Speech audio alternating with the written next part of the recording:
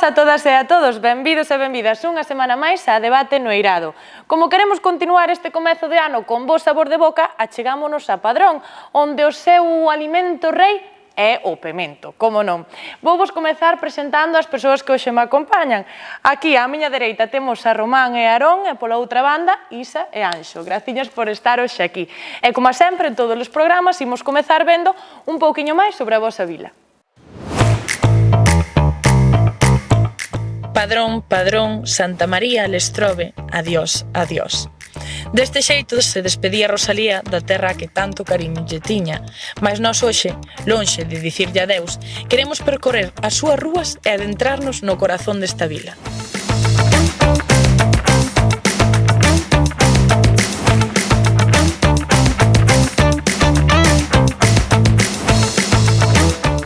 Din que é a porta natural da Ría de Arousa, e debo de admitir que nunca unha porta tan fermosa vin. Reciben as súas 5 parroquias e o sosego do seu río.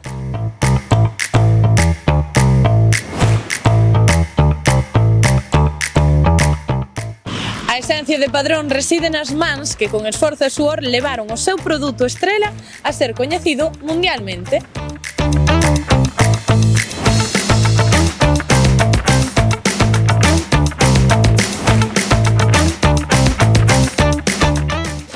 A esencia de Padrón reside na forza das súas xentes, nas pisadas do pasado e no andar presente.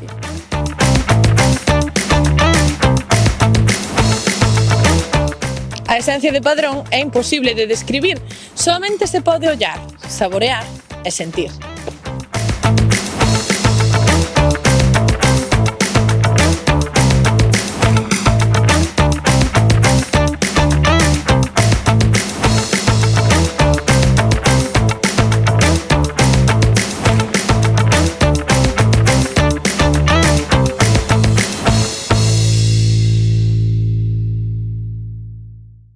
E tras saber un pouquiño máis sobre Padrón, queremos saber tamén sobre os seus veciños. Aquí hai xente que decidiu emprender, non? Como Aarón, contanos, a que te dedicas? Teño unha barbería, peluquería barbería aquí en Padrón. Entón, ti, como persoa que decidiches emprender nunha vila como Padrón, que pros e que contras nos poderías contar? Sobre todo os pros vexo que ao final conocémonos entre todos aquí nun pobo, ao final non é tampouco unha cidade que teña moitísimos habitantes, entonces podemos dar un servicio moito máis personalizado a cada persona. Ao final aquí conocémonos todos de toda a vida. E os contras, por encontrarlle algún que non ten ese tráfico de xente como podría ter unha cidade máis grande, un Coruña, Vigo, ese estilo de sitios. E o resto, aínda que non sexades emprendedores na vila, con que vantaxes ou desvantaxes pensades que conta Padrón respecto a este aspecto? Bueno, eu creo que Padrón, unha das boas cousas que ten é que ten bastantes servizos, non? Pese a ser unha vila pequena ou de tamaño medio, ten moitos negocios, como é o caso de Aarón, e outros moitos, entón, unha cousa boa que lle vexo é que, se queres, podes facer casi toda a túa vida pois na vila, exacto. Román? Eu que, se che toca emprender, aínda que como é verdad que hai bastante diversidade de negocios e tal, sempre ao ser unha vila pequena, sempre hai un hueco para poñer algo teu. Que despois, bueno, claro, como non hai tanta afluencia de xente, xa costará máis ou menos mantelo, pero bueno, polo menos podes lanzar algo novo. Así é, hai que innovar. E por aquí, Anxo, ti que opinas? Pois pouco máis teño que dicir que eles dous, a verdade. Deixaron-no bastante completillo, non? Sí, bastante claro. E ti por que pensas que hai unha cifra menor de emprendemento na xuventude respecto a outras xeracións? A ver, está complicado. E sobre todo, nun pobo, ao final é o que di Aarón, ou conocémonos todos e tal, pois ao final a xente vai abrindo negocios, se vai abarcando, e tampouco plan de acabar, no caso de Aarón, con 50.000 peluquerías nunha aldea. Por esa falta de oportunidade, igual. Claro, ao final, sí, podes te dedicar a moitas cousas, pero, bueno, ao final tamén hai traballos que son máis seguros e outros que non.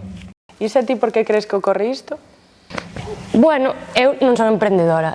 penso que Anxo ten moita razón no que di. Por unha parte, pois eso, se hai unha peluquería 2, 3, non pode haber 20, e nunha cidade pois haber máis oco, peluquerías ou o que sea, son que che tocou.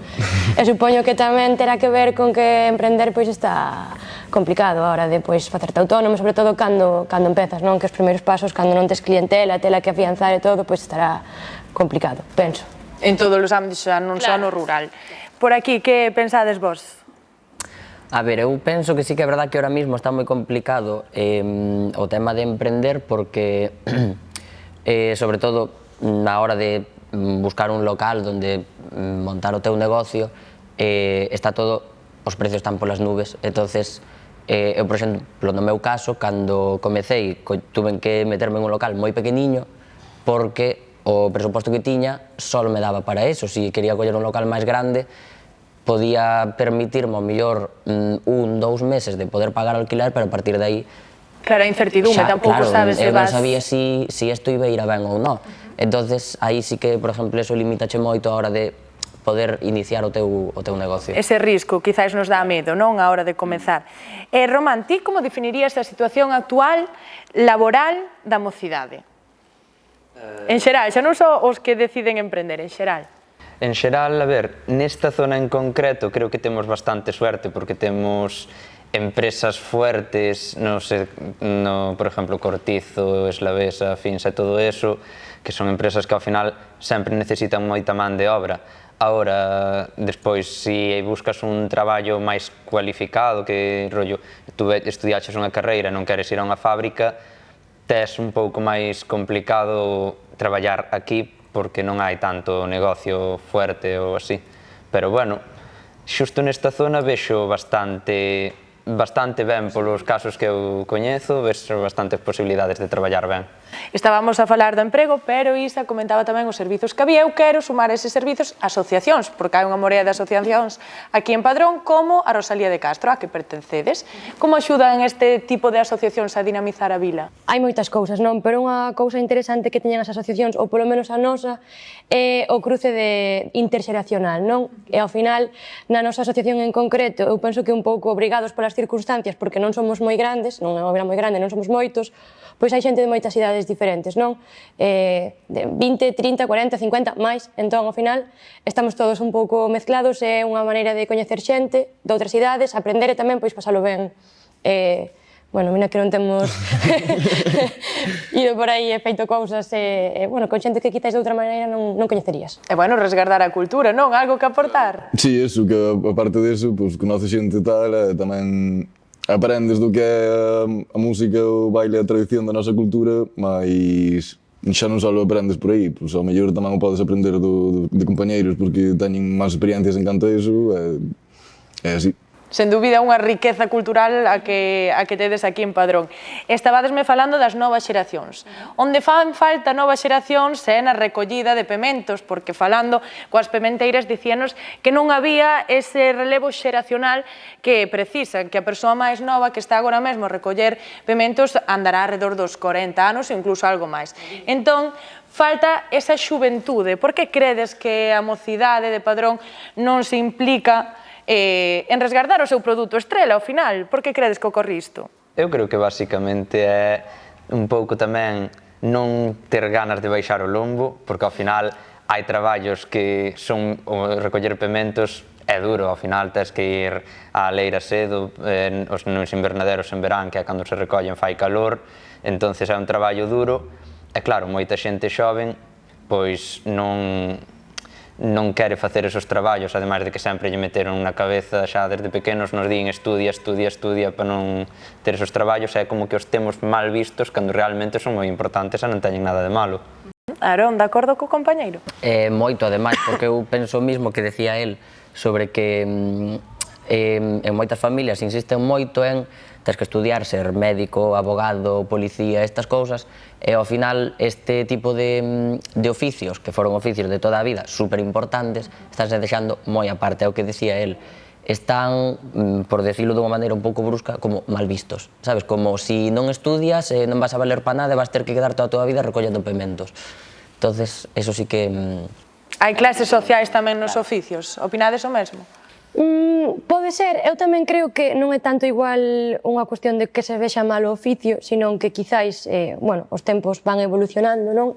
Van aparecendo novas profesións que quizáis pois antes non se consideraban. Anxo, por exemplo, que está estudando pois música, DJ, entón hai cousas que van cambiando, non? E quizáis certos oficios, como pode ser calquera do sector primario, pero tamén outros non se consideran porque tamén hai tanta variedade onde escoller e formámonos en tantas cousas distintas que van quedando un pouco atrás. Pode ser iso, pode ser simplemente que igual aínda non tocou. De repente chega pois unha fornada nova de xente que colle o relevo. Entón, bueno, pode ser tamén un pouquiño iso. Anxo, ti a que crees que se debe esa ausencia de relevo xeracional? Un pouco que dixo Isa, que comentaron por aquí, e despois tamén que pode como haber un cambio no que é a mentalidade da xente, porque, por exemplo, cando meu avalo era pequeno, ese traballo estaba máis abarcado, pero tamén el con... Xe fixo, non sei onde chegou estudiando, pero con 12 anos xa estaba traballando tamén na leira. Xa, claro. Meu pai, pois, que a miña edad tamén estudiaba e traballaba. Eu agora estudio, tamén traballo no verano así, pero principalmente ao estudio. Antes principalmente era buscar por cartos para poder manter a casa, a familia, o que fora. Si, un pouco que nos comentan, non? Xa que eles viviron eses tempos tan duros, pois danos a posibilidade de estudar, de formarnos e de procurar outros oficios menos duros, igual. E como credes que as tecnoloxías ou a innovación afectou a este sector? A ver, xusto no dopemento non sei se a tecnoloxía axudou moito, pero sí que me sona de ler noticias de que ahora, por exemplo, os campos estes grandes se sembran con, se rocían con drons e cousas así, que fai que teñas menos man de obra e menos dureza, pero ao final un traballo mínimo manual sempre ten que haber. Crees o mesmo co compañeiro? Sí, ao final, eso, sobre todo a hora de recoller, necesitas facer unha selección un pouco máis exhaustiva, vamos a decir, entonces unha máquina non che vai a dar o mesmo servicio, en algún momento sí, pero agora mesmo, ou penso eu que unha máquina non che vai dar o mesmo servicio que unha persona que ten xa moito tempo de experiencia e que ao final, pois, eso, no caso de que houvese, vamos a decir, rapazada traballando, pois, ele daría. Vos credes isto que comentaba o vosso compañeiro, que as máquinas están a sustituir as persoas? Eu no caso, por exemplo, do pemento, nalgúnha profesión supoño que si, noutras non. No caso do pemento, eu penso que o que é a recollida non, é manual, non se pode facer de outro xeito, é o que é, hai que facela, exacto. Pero creo que sí que a tecnoloxía axudou moito, sobre todo a hora da produción, do envasado e da distribución. E incluso no caso que me dedico das redes sociais, da comunicación, porque vemos que, pois ao final o pemento, que era un produto que xa se coñecía, pois pode chegar moito máis lonxe. Creo tamén que teñen unha envasadora, no caso da Asociación Pementeira, que lles axuda moitísimo a poder pois producir non producila, sino envasala e distribuíla de xeito moito máis eficaz e, por tanto, pois aumentar moitísimo a venda dun produto que quizáis antes quedaba máis no eido local. É o que facía Stephen Capé, as redes sociais que están dando a coñecer este produto tan bo que tendes aquí. Ti pensas que a tecnoloxía, pois iso, modificou esta labor? Esta, a ver, polo que eu sei tamén, non estou moi enterado do tema, pero penso que non, o sea, non foi un choque como pudo ser para os campos de algodón ou para outros sectores. E que iniciativas se che ocorren para garantir este relevo xeracional nos oficios tradicionais, en xeral? Pois, non sei, a creación de obradoiros ou así. Ou xa non un obradoiro para recoller pemento, sino que conte un pouco a historia do pemento, con actividades e todo eso. Achegalo ás novas xeracións. Claro, dalo a coñecer. Isa? Pode ser unha opción, e supoño que a opción será tamén que dar a coñecer a saída profesional que ten e se hai ou non seguridade laboral, porque moitas veces non te aventuras non sei se a emprender ou a meterte nun oficio porque non sabes se realmente por aí a saída. E creo que a xente moza faltanos moito coñecemento, Aarón, seguro que non, do que pois emprender, do que montar un negocio, do que supón tamén a nivel interno facer todo isto. Entón, como non o sabemos, ás veces non nos atrevemos, non nos aventuramos. Por descoñecemento. Claro. E vos, que iniciativas se vos ocorren?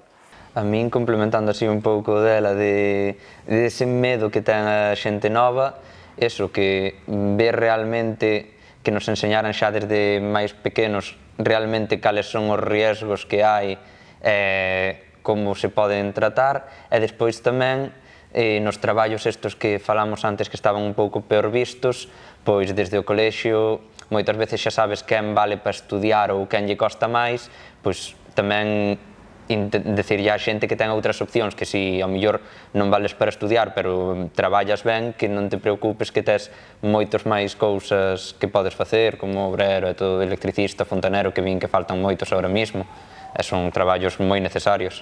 Sí.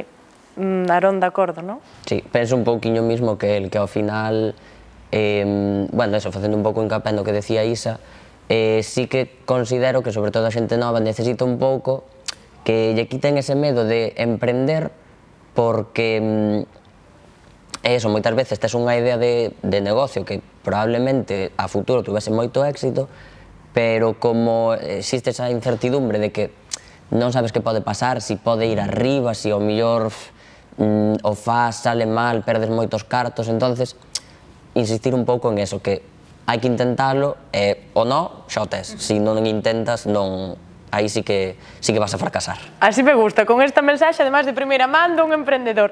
É moi vinculado a isto, quixera falar da emancipación tardía, porque é un tema que compre tratar, xa que independizámonos pois moito máis tarde que xeracións anteriores, e incluso a idade media de Europa está moito antes que a idade media de emanciparse aquí en España.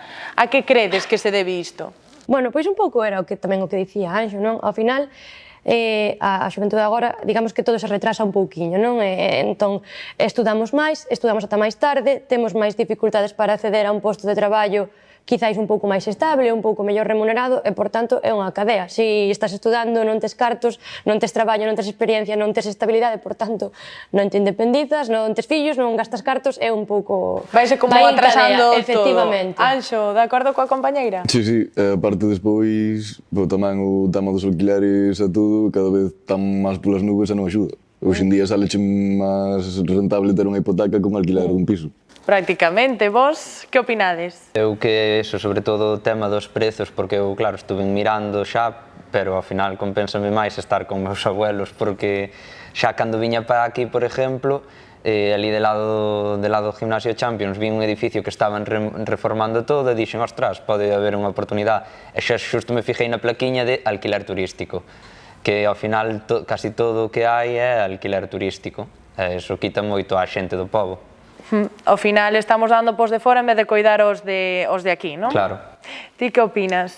Eu teño que decir, un pouco, recuperando o que decía Isa, que sí que é verdad que agora xa non só a edade de emanciparse, sino que todas as edades se están atrasando moito, sobre todo, considero eu que porque a hora de buscar un traballo, xa non falando aquí de Padrón exclusivamente, sino un pouco en xeral, como a xuventude pídenlle uns anos de experiencia que non podemos ter. Eu con 23 anos non podo ter 10 anos de experiencia no meu oficio, basicamente porque non podo empezar a traballar aos 13 anos, sería un pouco ilegal. Entonces, claro, xa o feito de ter que pagar un alquiler, unha hipoteca ou un algo, atrásase moito. E sí que é verdad que ahora mismo saleche infinitamente máis rentable estar pagando unha hipoteca. Eu levo 3 anos pagando a hipoteca da miña casa e si comparo o que estou pagando co que teria que pagar nun alquiler, vamos, é unha diferencia abismal. E pregunto vos, ti estásme comentando que estás pagando unha hipoteca, Isa, ti acabas tamén Estou pagando unha hipoteca a tope. de facer unha casa. É viable actualmente acceder a unha vivenda para a mocidade, para nós? Vivenda en propiedade, falamos. Sí. A ver, viable, aos feitos me remito, é certo que é difícil. Sobre todo, o complicado de acceder a unha vivenda é ter os cartos para acceder á entrada, non? Que, bueno, pois, ven un pouco en liña todo o que estábamos dicindo. Traballas máis tarde, tes alugueiros moi caros e inaccesibles, entón unha parte importante do salario marchas en un alugueiro, en vivir, non aforras, non tes cartos para a entrada. No momento que os tes, é infinitamente máis accesible que estar pagando un alugueiro na maior parte dos casos, e sobre todo, eu adico ao sector do turismo, bendicións ao turismo, pero en algunhas vilas, en Padrón está pasando moito, hai moitísima vivenda turística, pouco vivenda para alugueiro, digamos, común. Que pasa? Menos oferta, prezos polas nubes, e todo vai en cadena, entón, claro, complícase. Entón, que medidas se vos ocorren para facilitar ese acceso á vivenda á mocidade? Anxo, por exemplo? Home, pois, a ver, sempre podes sacar axudas, subvencións, ou o que sexa, ou despois o tema de que das empresas ou particulares que teñen, pois, ao mellor 5 propiedades, e 3 teñen as paradas polo tema de que suban os alquileres e todo. Aí poñendo, pois, o imposto que pagas anualmente, subindo yo as casas a partir de máis 3 propiedades ou así, xa tens unha solución, porque esas casas teñen que mantelas porque o imposto é máis caro, entón teñen que sacarlle partido. Así é, Isa, algunha outra medida ocorre? É que é o que di Anxo, ao final a medida que hai que facer é facer algunha, algo, regular. O que sexa. Claro, poderás regular máis ou menos e equivocarte máis ou menos. Cando hai medidas, ves se funcionan ou non, pero hai que tomalas, a verdade é que agora no tema do alugueiro está todo parado, non se está tomando acción dende quen a ten que tomar. Salen axudas de cando en vez, pero igual non é suficiente. Entón, bueno, pois é o gran problema, non? Que ten a xente moza, pois haberá que poñer medios para solventalo. Iso, polo menos intentalo. Xa veremos se saben ou non, pero intentalo. Polo menos intentalo. Así é. Por aquí, algunha medida a maiores? Sí, a ver, tamén se me ocurre de máis que axudas, que ao final tamén conozo o caso de alguén que estaba en alquiler, saleu o bono este de axuda, e o caseiro dixolle, bueno, eu suboche 200 euros, ti que pides a axuda, pagas o mismo ao final e eu gano máis. Entonces, ao mellor tirar máis a limitar e sobre todo... Conozco ese caso. Pareceme moi interesante o que dixo Anxo do de as vivendas que están paradas, obligarlles de alguna maneira a telas en funcionamento. Tamén, eso despois tamén me leva ao de a vivenda turística, regulala un pouco no sentido de si tes 10 pisos, ao mellor que non poidas ter os 10 turísticos, porque a xente tamén ten que ter un sitio onde vivir. O mesmo os estudantes, que moitos deles queren acceder aos estudos superiores e non poden por non atopar un piso onde quedarse, non? Unha habitación.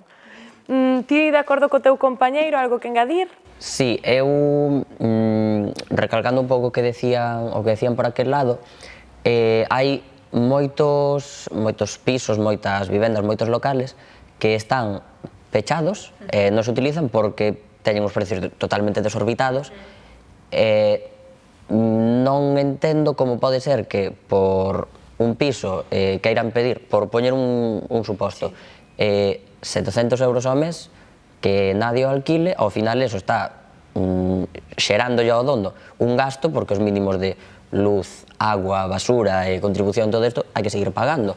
Entón, eu considero que sería mellor, de alguna forma, regulalo, que os precios tuvesen que baixar un pouquiño, pois, en vez de alquilalo por 700, poñelo que sea 500, e polo menos darlle unha posibilidade á xente de, como decías ti, poderse ir a vivir a Santiago, a Coruña, a Vigo, a estudiar unhas carreiras, e pois a xente que o alquila gana porque ten un sitio onde quedarse, e os que teñen o apartamento ou o que sea, polo menos ganan un pouco de cartos e non teñen que ter eses gastos mínimos. Claro, é o que me pregunto eu, como sae máis rentable ter algo parado antes que alugalo a un prezo máis baixo, ainda que sexa. Pero é certo que agora sí que estamos tirando moito cara ao turismo, como comentabas, e non nos centramos tanto na xente de aquí.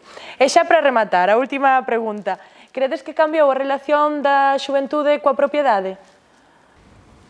Sí, eu creo que sí, porque antes xa era como un obxectivo prioritario, o rollo, con 25 anos, meu abuelo, por exemplo, con 25 ou 30 anos xa tiña a súa propia casa feita. En cambio, a día de hoxe, eu teño 25 e non me vexo aínda que a casa, aínda que poida ter o terreno por herencias ou o que sea, non me vexo cunha casa feita dentro de 5 ou 10 anos. Pero porque cambiaron os nosos obxectivos, as nosas metas, ou polo que comentábamos que se iba atrasando todo este proceso? Pode ser un pouco de ambas. Ao atrasarse tamén velo como un pouco máis lonxano, entonces xa non lle das tanta prioridade e prefieres disfrutar a vida que tes agora, viaxar máis, conseguir máis experiencias e despois xa a casa pois xa se mirará. Bueno, ti estabas nos comentando que xa tes unha hipoteca, entón non cambiou moito esa meta tradicional que había, non? Claro, pero porque considero que é un pouco brusco decirlo así, pero como que a vida antes, eso, no tempo dos nosos abuelos e así, como que era, vamos a decir, un pouco máis dura. Xa de moi xoven empezabas a traballar, entonces o principal era vou aforrar, vou montar a miña casa e polo menos xa é como quitarnos un problema de diante. Como que xa temos isto feito, xa podemos disfrutar un poquinho máis a vida. Ter algo seguro. De feito, o que vemos que, pois, a xente máis maior traballou toda a súa vida e agora que se están xubilando ou están a punto de tal, como que disfrutan un pouco máis, como que primeiro traballan, despois disfrutan. Ahora mismo, como que intentamos traballar e disfrutar á vez, entonces, eso, como que este tipo de gasto, rollo, a casa, o coche, formar unha familia, como que deixamos un poquinho máis para adiante. Priorizamos tamén outras cousas, non só esa seguridade, senón desfrutar un pouquiño tamén da vida. De acordo cos compañeiros, vos? Sí e non, eu penso que o que din eles é totalmente certo, o de compatibilizar un pouco vida con ocio con traballar, pero penso que o obxectivo en verdade non cambiou. É dicir, ao final creo que a maior parte da xente sigue tendo o obxectivo de independizarse, sexa comprando ou sexa en alugueiro, porque en algún sitio vivir hai que vivir en algún sitio. Exacto, eso sí. Eu penso que o obxectivo mesmo é que é compatible con facer outras cousas. O que pasa é que o que non tes é a facilidade de acceder para poder facelo. Anxo, cambiaron esas prioridades, non? Eu estou de acordo con iso, o sea, penso que o objetivo ao final é o mismo, sexa máis a largo plazo que a curto. Pero ao final, eso, alguén, o sea, temos que ter algún sitio onde caer redondo. Pois así concluímos o programa. Graciñas a todos e a vos vémonos no seguinte programa. Moitas grazas e un biquiño.